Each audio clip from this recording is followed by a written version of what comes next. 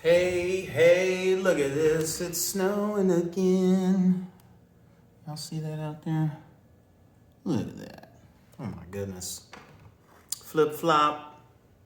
Midwest flip flop. Hey, I'm here. Another video. I thought I had done a video, like a comprehensive video on Buttercup, my Strat. I did one for TikTok or whatever. I'll do like a little bit more in depth here. I know what it was. I told that story of Buttercup, so yeah, I'll link that somehow.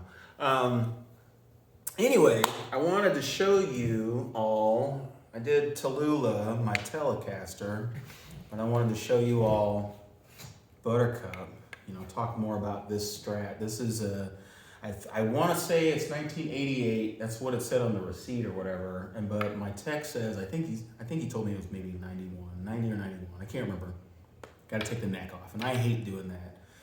I just don't trust it. I'll put it back on same way. Anyway, my friend Paul Altnether is a former Fender technician, or at least he worked in Corona, California, at the Fender plant.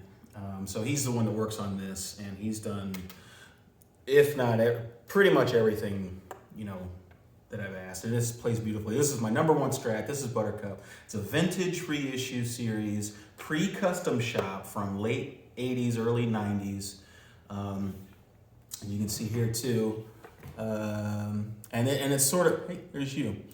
It's sort of hard to identify these or really kind of date them, at least by the serial number, but it starts with a V, so that's vintage series. And I don't have a whole lot of information on this other than when I bought it.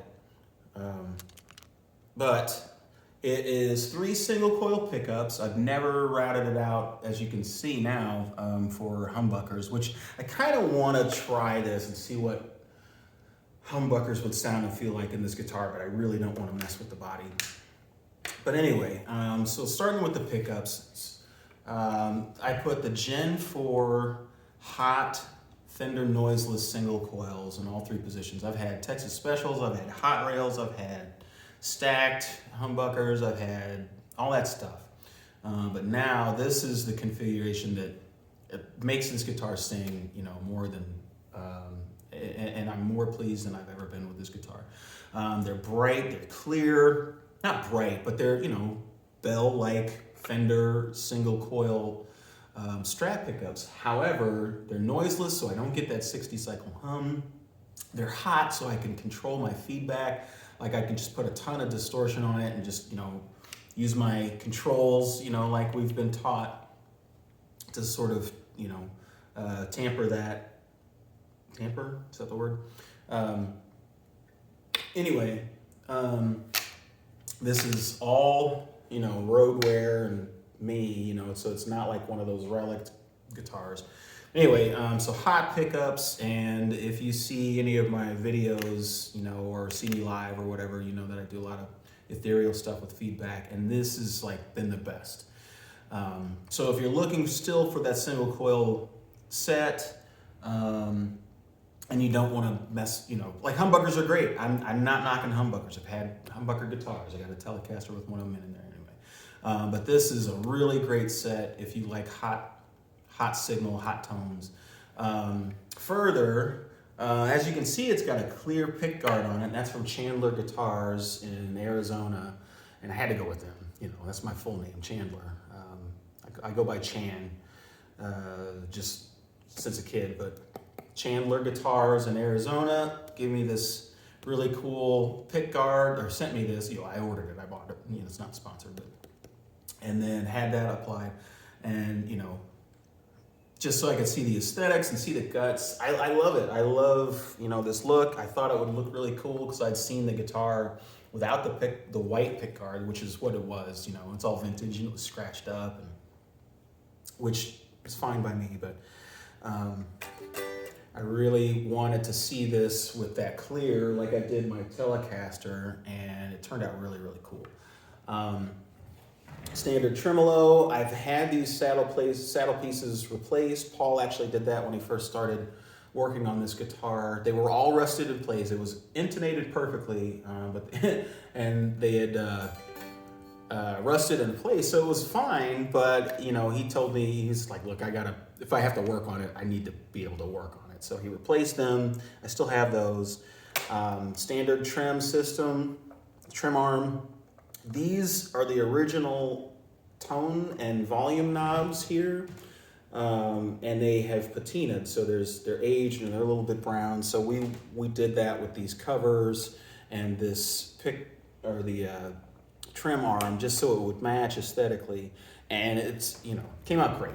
Like I said, this is a vintage instrument. It's, you know, late 80s, early 90s. I love looking at this, man. I'll stare at this guitar for not hours, but, you know, definitely minutes at a time, because I just love seeing it change every day. It's been my #1 guitar for the past few years, but I lived without it for about 15 years. I let a friend borrow it. I had just bought that Telecaster in 97, 98, and he was going away to college, and he said, he's like, hey man, I'd like to take a guitar with me. Can I borrow one of yours, you know, to school? I don't have anything to play. So I let him take it. And he graduated and then went to grad school, and then another few years, you know, moved farther and farther away. And just, you know, it turns out 15 years go by, and like he still had the guitar. And we just kind of, I think we were talking, you know, it was birthday time or something like that. And he was like, hey, you know, I still have that guitar. And I wound up on tour I was on tour in DC, and he was going to come from Baltimore or wherever he was in Virginia, I forget. And drive it up to me, but he got rained out. There was a storm, and like, you know, whatever was washed out, he couldn't make it. So, you know, another couple years later, we just decided to go ahead and ship it. So I had him ship it. I paid to have it shipped, and finally got it back, and then eventually did all of this stuff to it. But yeah, man, it's so good to have this back. You know, I got my 3 springs here. I guess you could put 5, but I actually do use the trim arm. It's got, you know, your wear and tear. You know, put this on top of the amplifier and drag it across, you know, when I'm doing feedback. I used to smoke, so I did the Eddie Van Halen thing one time and let it burn down and get a little whatever. Sand off the finish on the neck, or the lacquer, or whatever that stuff is, so it's nice and smooth. Got a kind of a satin matte finish. Thin neck. I don't know, oh yeah, I didn't mention this is a 1962 reissue. So whatever the specs are, I got the original tuners on here too. That's the vintage style. I love these. You just clip it, you know, like if I'm changing the E string, I just clip it up a little bit here, stuff that in, wrap it around. Bob's your uncle.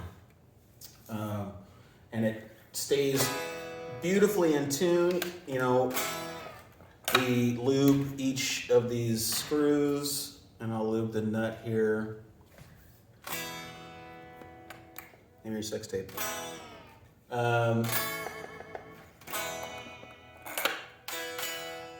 Beautiful, man. Beautiful, beautiful work. Beautiful craftsmanship. Paul's done such amazing things with this guitar. I mean, it wasn't really far off, but like he got it in such great shape that I can't put this one down. I love my Telecaster, but this is my main squeeze. Here's that Buttercup again. There's another video about, you know, the story behind this little decal. But anyway, so this is my 1988, late 80s, early 90s, 1962 reissue Stratocaster from the Vintage series, pre-custom shop. If you have any information or give me some particulars or something like that, or if you have one too, please comment. Just let me know what you think about this too. I had a couple of comments on this guitar from some other videos, so I thought I would talk about it a little bit. But please send me, you know, just give me some information. Tell me about your reissue. Tell me about your #1 guitar. Tell me about, you know, tell me what you want to see on my equipment, or maybe even covers that I do. Tell me what you want to see next. I don't know.